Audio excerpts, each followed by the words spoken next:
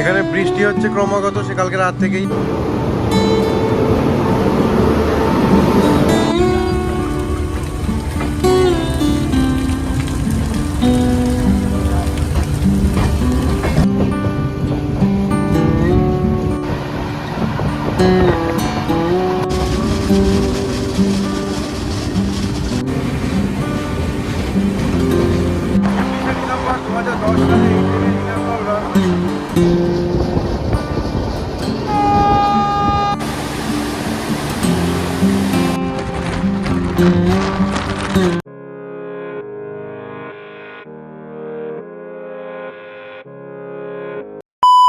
New Jalpaiguri স্টেশনে নামার পর এখন ওপারে মানে 1 নম্বর প্ল্যাটফর্মের দিকে যাচ্ছি।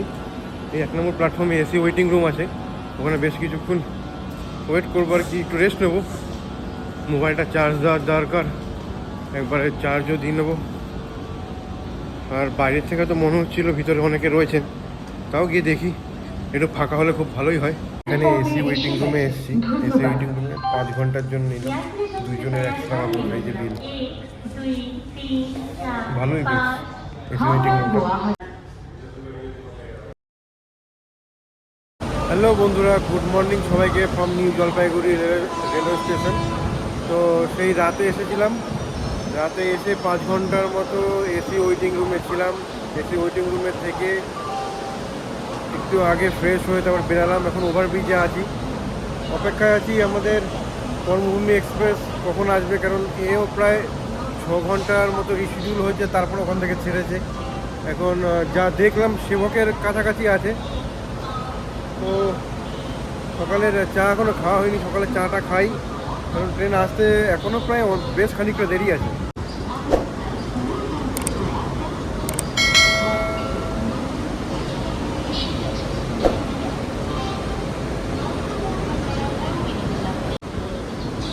এখানে বৃষ্টি হচ্ছে ক্রমাগত, সে কালকে রাত থেকেই। আকাশে ভালো মেঘ রয়েছে, কারণ আরও বেশ কিছুক্ষণ মনে হয় বৃষ্টি হবে, কারণ এই বৃষ্টি এত সহজে থামার নয়, কারণ কালকে রাত থেকে একদম কন্টিনিউ বৃষ্টি হয়েই চলেছে।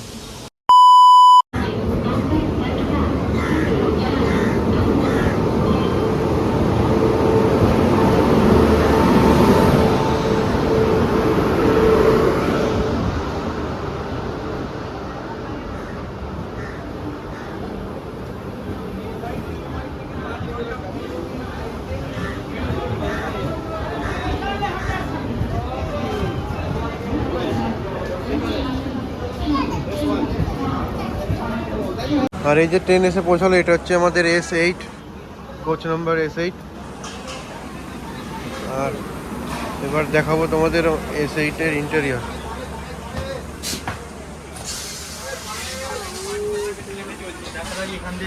এখানে আছে একটা সাইড আপার, সাইড লোয়ার, চার্জ দেওয়ার জায়গা, ফ্যান সুইচের জায়গা, হ্যাঙ্গার রয়েছে।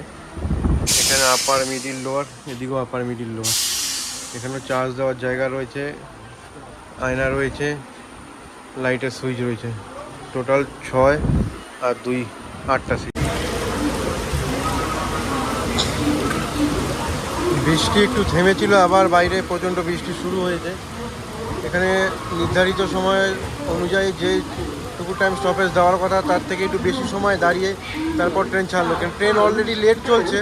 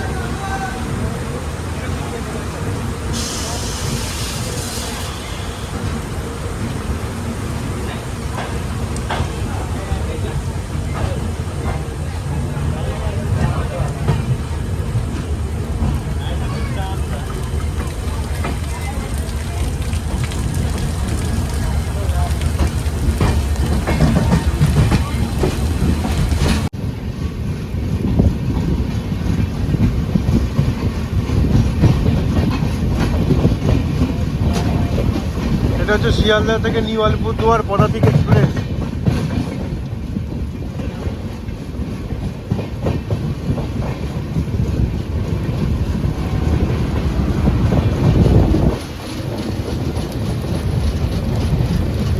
এই 2252 কামাখ্যা এলটিটি কর্মভূমি এক্সপ্রেস এইচএপি থেকে বর্ধমান পর্যন্ত টোটাল 471 কিলোমিটার জার্নি কভার করবে। এই 471 কিলোমিটার জার্নির মধ্যে এই ট্রেনের রয়েছে 4টি হল্ট ও 83টা ইন্টারমিডিয়েট স্টেশন।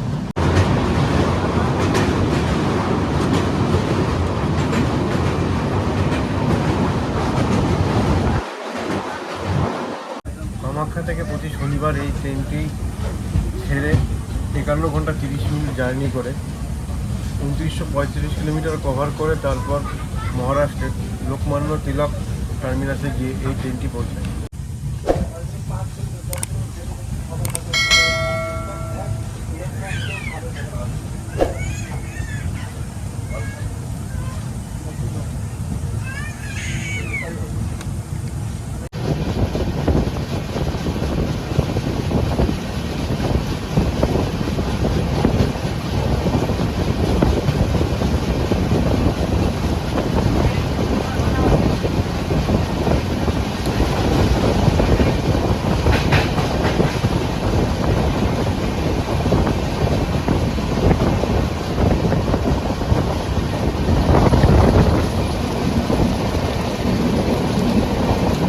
কামাখ্যা থেকে ছেড়ে লোকমান্য তিলক টার্মিনাসের মধ্যে এই ট্রেনের রয়েছে 26টি হল্ট ও 505টা ইন্টারমিডিয়েট স্টেশন। আর এই ট্রেনে প্যান্ট্রিকার, অনবোর্ড ক্যাটারিং ও ই ক্যাটারিং তিনটেই সুবিধা রয়েছে।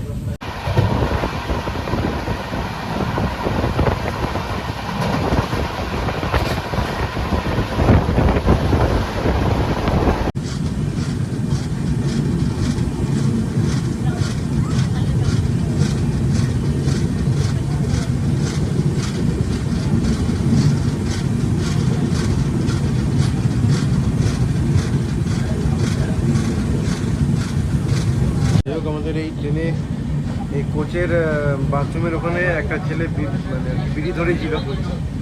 তো আরপিএফ যারা ছিলেন তারা দেখতে পারেনি, কিন্তু গন্ধে বা অন্যভাবে বুঝতে পেরেছে। ওদিকে একটু তর্কাতর্কি হচ্ছিল।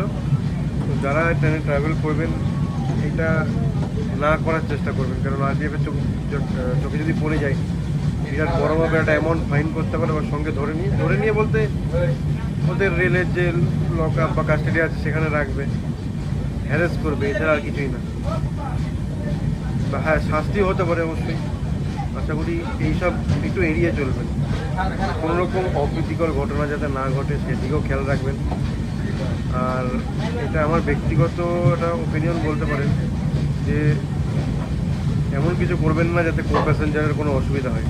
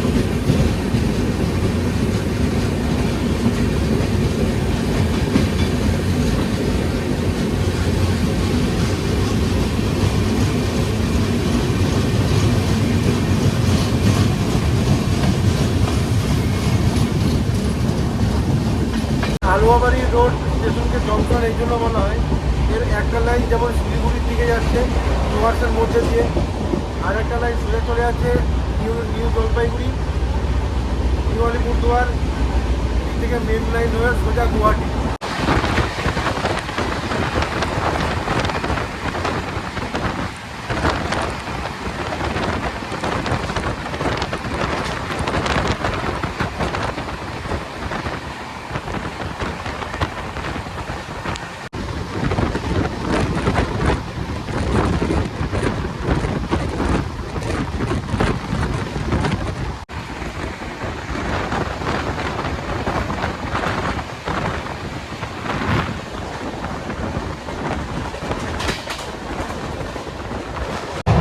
আর এটা হচ্ছে কামাখ্যা থেকে এলটিডি লোকমান্য তিলক টার্মিনাসের এই সাইড কোচের টয়লেট। রান্না মোটামুটি ঠিকই আছে, জল হ্যাঙ্গার রয়েছে, নর্মালি টয়লেটে যা যা থাকে সবই আছে, এখানে ফ্লাশ রয়েছে। হ্যাঁ, যারা আমার আগের ব্লগটি দেখলেন, আগের ব্লগে আমি টয়লেটের রিভিউ এই জন্য দিইনি, ওই টয়লেটটা এতটাই নোংরা ছিল যে আমি রিভিউ দেওয়ার মতো অবস্থা ছিল না। আর আমি যদি আপনাদের দেখাতাম তাহলে হয়তো আপনাদের রাতের খাওয়া হতো না।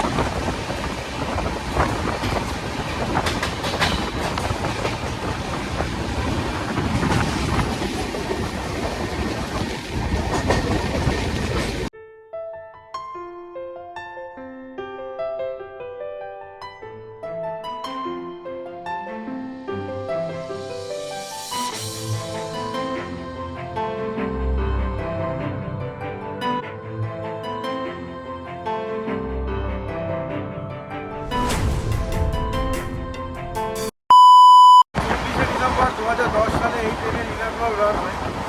আর এই ট্রেনের রয়েছে টোটাল 22টা কোচ, একটা সেকেন্ড এসি, 5টা থার্ড এসি, 10টা স্লিপার, 3টে জেনারেল, একটা প্যান্ট্রি কার এবং 2টো ইউএসি।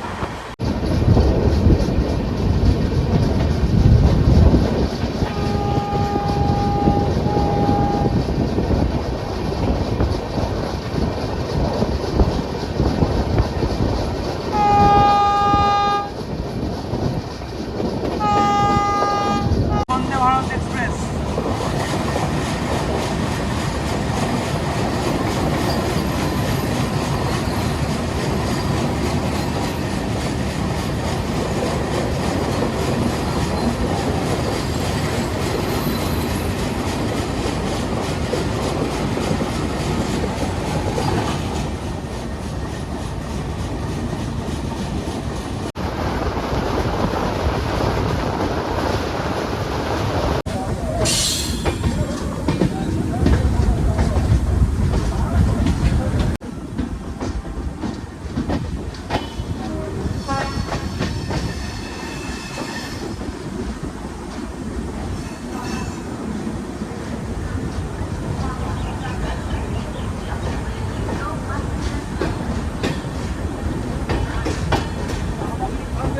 জলপাইগুড়ি রেলওয়ে স্টেশন থেকে 235 কিলোমিটার জার্নি করে আমাদের যাত্রাপথের প্রথম হল্ট মালদা টাউন স্টেশনে এসে পৌঁছেছে train.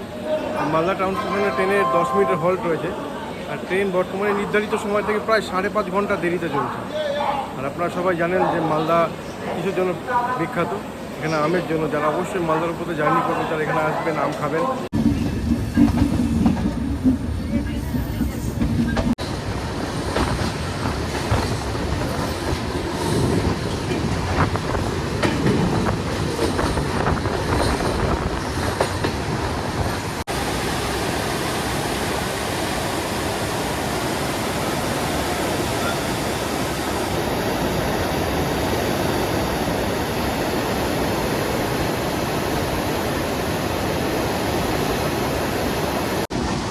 Train Farakka barrage cross করার পর এখন নিউ ফারাক্কা জংশন যে স্টেশন আছে, new Farakka junction station cross করছে, মানে থ্রু পাস করছে ট্রেন। এই স্টেশন থ্রু পাস করে তার পরবর্তী গন্তব্য ঝাড়খণ্ড রাজ্যের পাকুড় স্টেশনের দিকে এগোচ্ছে।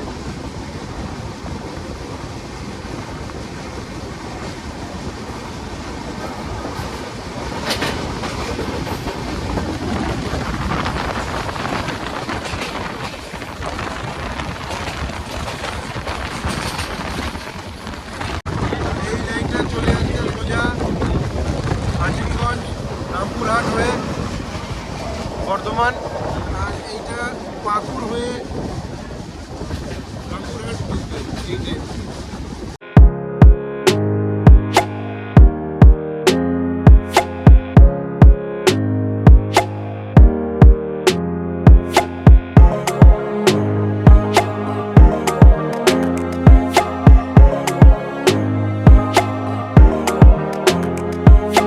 নিউ জলপাইগুড়ি স্টেশন থেকে 306 কিলোমিটার জার্নি করে ট্রেন এসে পৌঁছেছে আমাদের যাত্রাপথের দ্বিতীয় স্টেশন পাকুড়।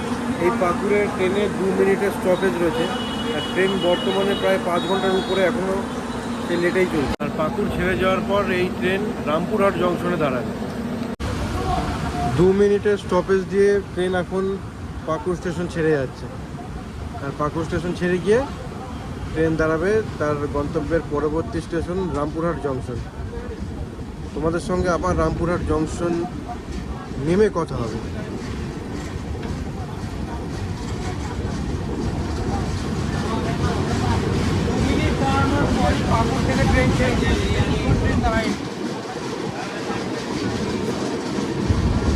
পাকুড় থেকে ছাড়ার পর আমাদের নেক্সট হল্ট হতে চলেছে রামপুরহাট জংশন।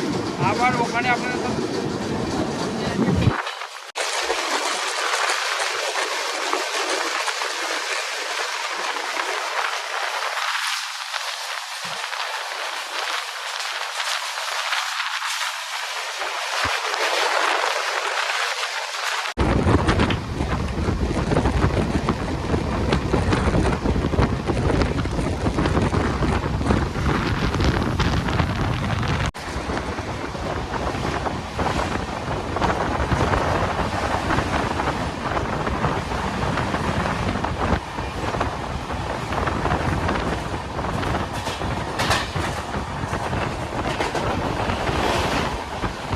মায়ের এলাকার মধ্যে অন্যতম শক্তিপীঠ নলহাটেশ্বরী মন্দির আসতে চান তারা এই নলহাটি স্টেশনে নেমে সাত সাইডে গিয়ে অনেক টোটো অটো পেয়ে যাবেন মন্দিরে যাওয়ার জন্য, বা একটু হেঁটেও যেতে পারেন, স্টেশন থেকে কাছাকাছি আছে।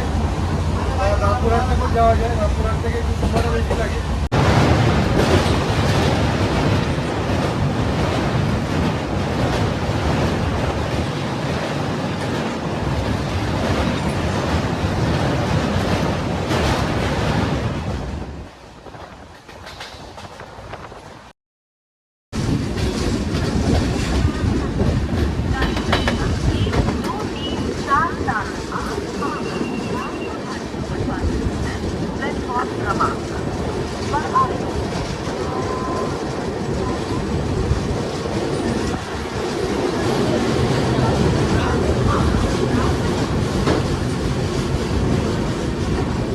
স্টেশন থেকে 359 কিলোমিটারের জার্নি করে ট্রেন এখন এসে পৌঁছেছে রামপুরহাট জংশন।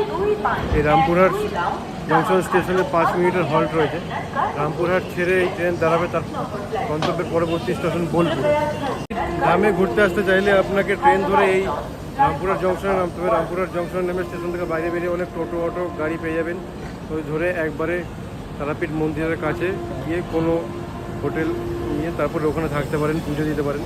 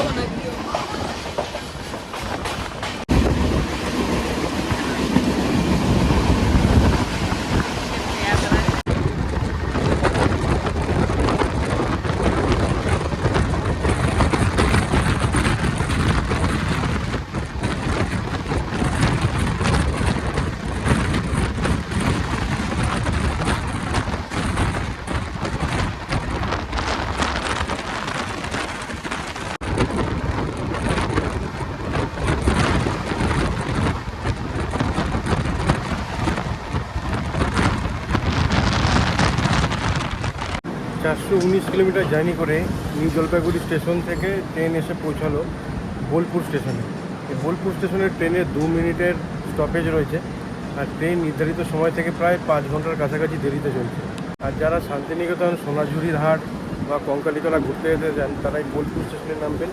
এটাই নিয়ারেস্ট স্টেশন হবে। স্টেশনের বাইরে অনেক গাড়ি দাঁড়িয়ে থাকবে, গাড়ি ভাড়া করে একবারে ওই নির্দিষ্ট জায়গায় যেতে পারেন। এবং এখানে পৌষ মেলা খুব বড় করে হয়, আর ওই মেলা খুব বিখ্যাত। পশ্চিমবঙ্গের বিভিন্ন প্রান্ত থেকে অনেক লোকজনের সমাগম হয়, ওই মেলাতেও আসতে পারেন। খুব নাম করা হয় এই মেলা।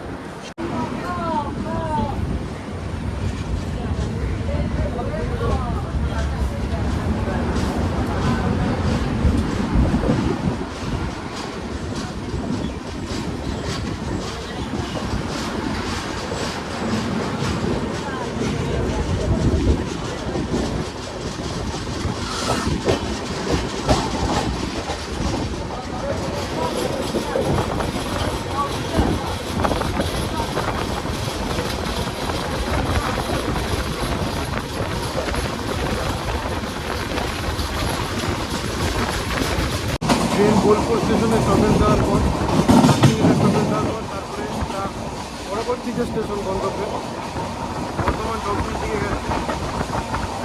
আর আজকে আমার গন্তব্যপথ বর্ধমান পর্যন্ত নিউ জলপাইগুড়ি থেকে 22-152 আমার ট্রাক এলজিবি স্বর্ণভূমি এক্সপ্রেসে আমার জায়গাকে বর্ধমান পৌঁছে হবে।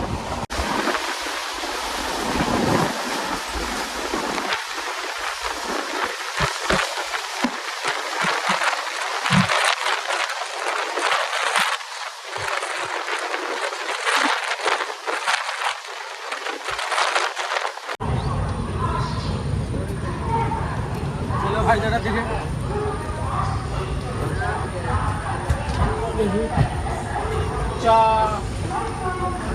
বিজেপি থেকে 471 কিলোমিটার জার্নি করে এবং নির্ধারিত সময় থেকে প্রায় 5 ঘন্টা 17 মিনিট দেরিতে ট্রেন এসে পৌঁছালো আমার গন্তব্য স্টেশন বর্ধমান জংশন।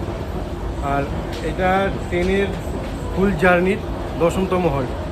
তো আজকে এখানে শেষ করছি ব্লগটা। পরবর্তী ব্লগে আবার দেখা হবে খুব তাড়াতাড়ি।